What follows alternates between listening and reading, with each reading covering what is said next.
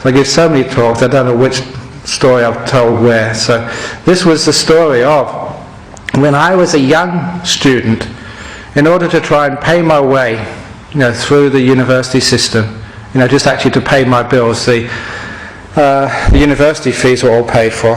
I got all these stupid jobs, and one of them was selling encyclopedias door to door. The worst possible job you can ever have, but I was desperate.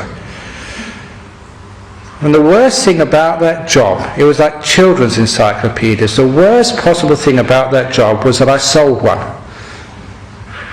And as soon as I sold one, I felt so guilty.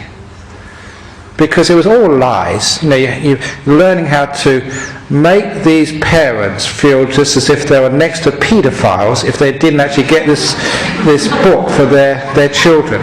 They were abusing their children's future. They didn't love them if they didn't get this incredible asset to their future education.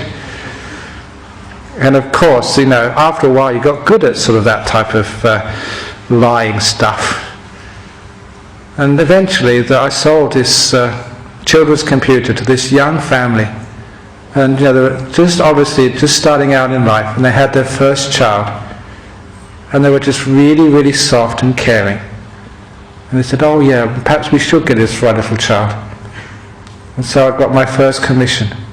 But I had sleepless nights over that. I thought, I sold this stupid encyclopedia to these poor people. Who knows, they probably won't be able to afford it. They may not be able to have their lunch or pay their mortgage. Oh, what have I done? I felt terrible about that. I felt guilty.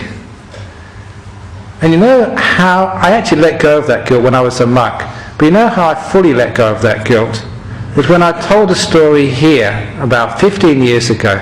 And after telling the story, afterwards, when people come up to talk to me. So someone came up to me and he said, that was an amazing story you just said.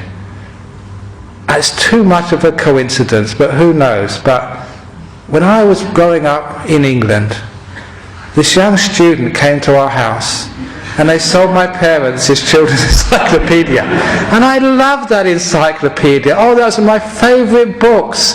That created so much happiness for me. When I realised that, it was probably unlikely it was the same person, but who knows, that I thought I'd done some terrible, terrible, terrible deed. And she told me that it may have been a wonderful thing which happened. So sometimes, whenever we've done something, we don't know the full consequences, how it worked out in the future. What would have happened if we'd taken the other choice? We can't know that. Sometimes what you did probably was the best. So why do we feel guilty about that? Superstition. That's why we feel guilty. We've been taught that guilt is a proper response. These days, and here I teach a lot, we've got a car sticker for it, AFL code. If you don't know what the AFL code is, go and get the sticker from the library.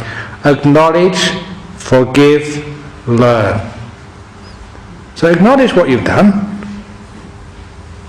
I'm not saying say it's a bad thing or a good thing. Acknowledge it. This is the act which I've done. Now, forgive it means, you're a human being. We all do things. Sometimes we make mistakes. Sometimes we do wonderful things. So you're just like anybody else in this world. So you forgive it. And then you learn from it. Make sure you don't get into that situation again. And that's all you need to do. And if you do things like that, any psychologist knows, in your own experience, it's called growth in spirituality. It actually works. It means you can let go of the pain of the past and you're not stopping yourself being happy. You are free to enjoy your life and to be a better person in this world.